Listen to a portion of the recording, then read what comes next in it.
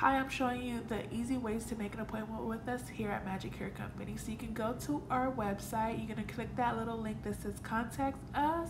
You're going to fill this up. This is going to pop up and you're going to fill this out letting us know you want an appointment for what day and what time. We'll get back to you in a timely manner after you send that message, and we'll let you know what's available and to confirm your appointment with you. Another way is to go right back to our website. So go right back to Magic Hair Company and then to scroll all the way down to the bottom of the page, and once you get to the bottom of the page, you're going to put contact us.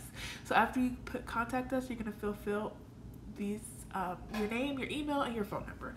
Once you do that, you're going to leave a brief message telling us what you're looking for. So say, I'm looking for an appointment for this day and time, and we'll get back to you in a timely manner as well. This is going to be a direct email to us, so we'll get back to you via email with this method as well.